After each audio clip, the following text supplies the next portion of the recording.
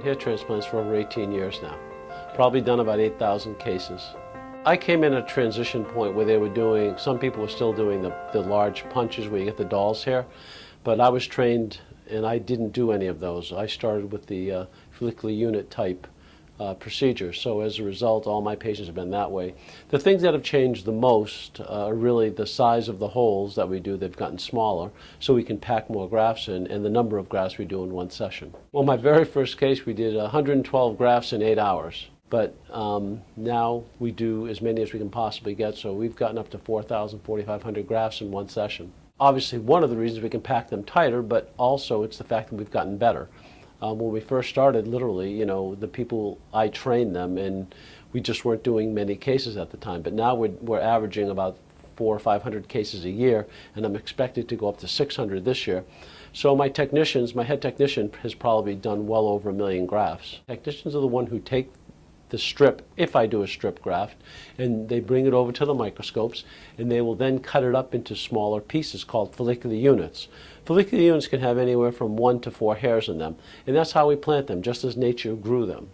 Then the other thing they do is they take those grafts, and after I make all the recipient sites, they plant all the grafts. So we have to design a hairline. We have to design where we're putting all these and what numbers, what angles, what depth. And then after that, I have a special instrument that we use, and I cut all my own blades so they can be customized to the individual patient. We make all the holes with different size blades to accommodate different size grafts. We put the singles in the front, the 2s and 3s behind that, and the larger ones behind that. And the purpose of it is to have a transition zone so that you go from smaller hairs to bigger hairs so you don't get a pluggy appearance. Three different items you have to measure. One is the angle that it comes out at, okay, up or down, the angle that it goes back and forth with, and the other one is the depth of the hole you punch.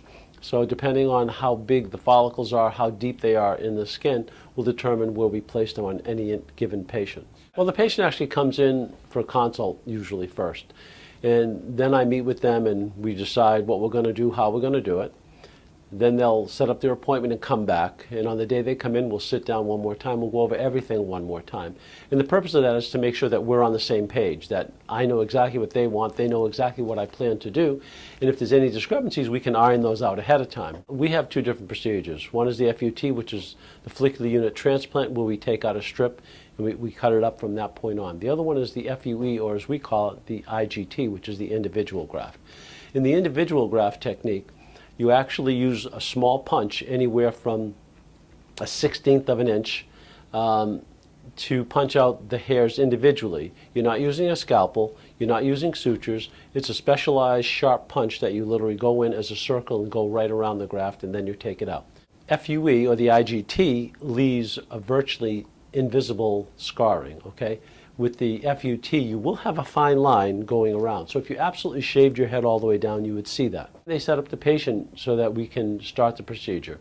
From that point on, I will then remove the piece that we need, and then we'll put it back together again, and that'll be handed off to the technicians. The technicians will then cut that up into the sizes we need, and after that, I'll make the holes, I'll do the design, and we'll make sure the patient is okay with that, and then the technicians will come in and plant those grafts. The patient will go home without any dressings, and if they choose, they can go home with a hat on. It really takes a good year to be able to see a significant difference. And usually in a year, with between 9 and 12 months, you'll see between 60 and 80% of the hair growth. It can take certainly upwards of a year to be able to see the full growth. We see a lot of people who are back out on the dating scene. They want hair for that. We see a lot of people who have lost their job in this economy and have wanted to look younger because they know the younger you look, the better chance you have of getting that particular job. We see people who come in who are depressed because of hair loss. It really can be an incapacitating thing. We see it on a regular basis with the younger individuals. And I've seen numbers of patients who have come back who wouldn't even look at people when they come in here, to being a much different person, outgoing and very happy with what we've done.